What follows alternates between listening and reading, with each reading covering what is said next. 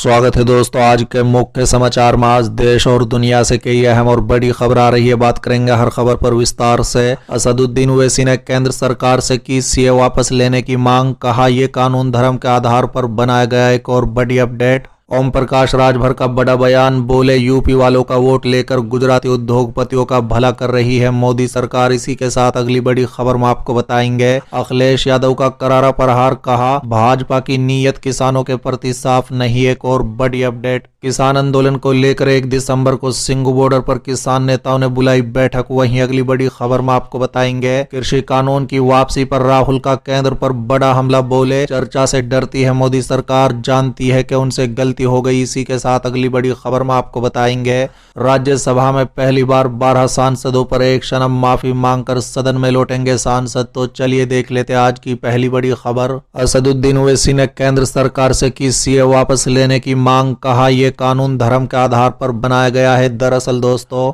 All India मजलिस इत्तेहादुल मुस्लिमीन के अध्यक्ष असदुद्दीन ओवैसी ने एक बार फिर केंद्र सरकार से नागरिकता संशोधन कानून यानी सीए को वापस लेने की मांग की है। बता दें कि उन्होंने कहा है कि नागरिकता कानून धर्म के आधार पर बनाया गया है, जो कि आर्टिकल 14 का उल्लंघन है। उन्होंने कहा है कि इसलिए सरकार से मांग की है कि वो इस कानून को भी वापस ले ले। बता दें कि असदुद्दीन ओवैसी ने कहा है कि सरकार ने राजनीतिक हार के डर से विधानसभा चुनाव से पहले किसान कानून को वापस ले लिया। देश का एक बड़ा ग्रुप कह रहा है कि सीए संविधान के आर्टिकल 14 का उल्लंघन करता है और हम मांग करते हैं कि केंद्र को नागरिकता संशोधन कानून को वापस लेना चाहिए। बता दें कि 3 कृषि कानूनों की वापसी के बाद से सीए को वापस लेने की मांग भी हो रही है। इससे पहले रविवार को एनडीए की बैठक में बीजेपी के सहयोगी पार्टी नेशनल पीपुल्स पार्टी ने नागरिकता संशोधन कानून को वापस लेने की मांग उठाई थी। बता दें कि एनडीए की बैठक के बाद उन्होंने न्यूज एजेंसी पीटीआई भाषा से कहा है कि चूंकि कृषि कानून निरस्त कर दिए गए हैं और यह खासकर लोगों के हितों को ध्यान में रखकर किया गया था, इसलिए मैंने सरकार से पूर्वोत्तर के लोगों की उसी तरह की भावनाओं को ध्यान में रखकर सीए को निरस्त करने का आग्रह किया है।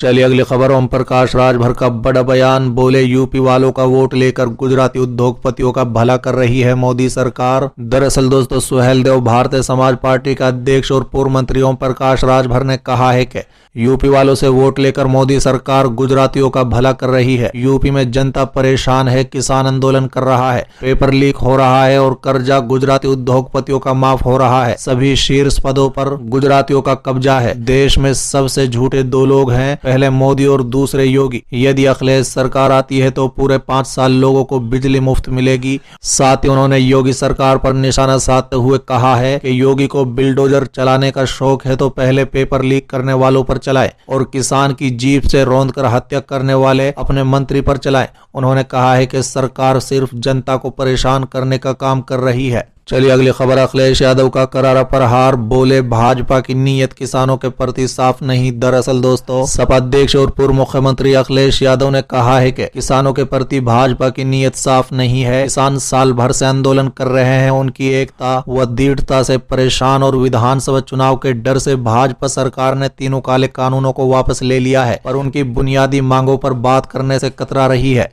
बता दें कि अखिलेश यादव ने कहा है कि भाजपा चंद पूंजीपति घरानों के फायदा पहुंचाने के लिए किसानों के हितों से खिलवाड़ कर रही है। इसका जवाब जनता 2022 में देगी। चलिए अगली खबर, किसान आंदोलन को लेकर 1 दिसंबर को सिंगू बॉर्डर पर किसान नेताओं ने बुलाई बैठक। दरअसल दोस्तों, कृषि कानून के खिलाफ प्रदर्शन के बीच पंजाब के 32 किसान संगठनों ने सिंगू बॉर्डर पर बैठक कर आंदोलन को लेकर विचार विमर्श किया, जिसमें अभी तक ये तय किया गया है कि 1 दिसंबर को एसकेएम की एक आपात बैठक है।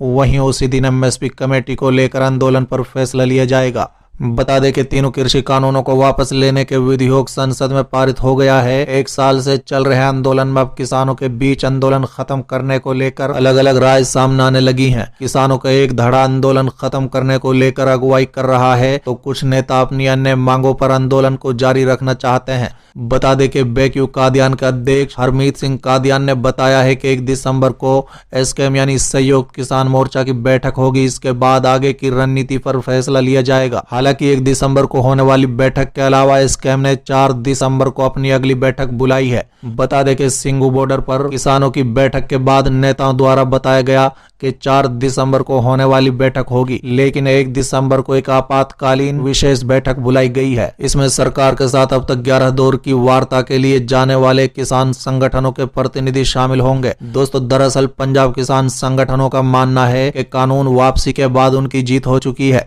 इसलिए अब आंदोलन को जारी रखने को लेकर हम बैठक में तय करेंगे। वहीं किसान ये भी जानना चाहते हैं कि सरकार की एमएसपी को लेकर क्या योजना है। चलिए अगली खबर, कृषि कानून की वापसी पर राहुल का केंद्र पर हमला, बोले चर्चा से डरती है सरकार, जानती है कि उसने गलती की है। दरअसल दोस्तों, देश में 3 कृषि कानूनों का भारी विरोध हुआ, जिसके बाद सोमवार को संसद के शीतकालीन सत्र के पहले दिन केंद्र सरकार ने इन कानूनों को निरस्त करने के लिए एक विधेयक को पारित कर दिया। बता दें कि कृषि कानून की वापसी पर लोकसभा और राज्यसभा से मोहर लगने के बाद कांग्रेस नेता राहुल गांधी ने नई मांग उठाई है। राहुल गांधी ने कहा है कि इन बिलों का वापस होना, और खुद पीएम नरेंद्र मोदी ने अपने संबोधन में ये माना था कि हमसे गलती हो गई है। उन्होंने कहा है कि यदि सरकार ने माना है कि उनसे गलती हुई है तो फिर आंदोलन के दौरान मरे हुए किसान परिजनों को मुआवजा देना चाहिए। राहुल गांधी ने कहा है कि हमने कहा था कि इन 3 काले कानूनों को सरकार को वापस लेना होगा। देश के 3 से 4 पूंजीपतियों के आगे किसानों की शक्ति कमजोर नहीं हो सकती। साथ ही राहुल गांधी ने कहा है कि ये किसानों और मजदूरों की सफलता है,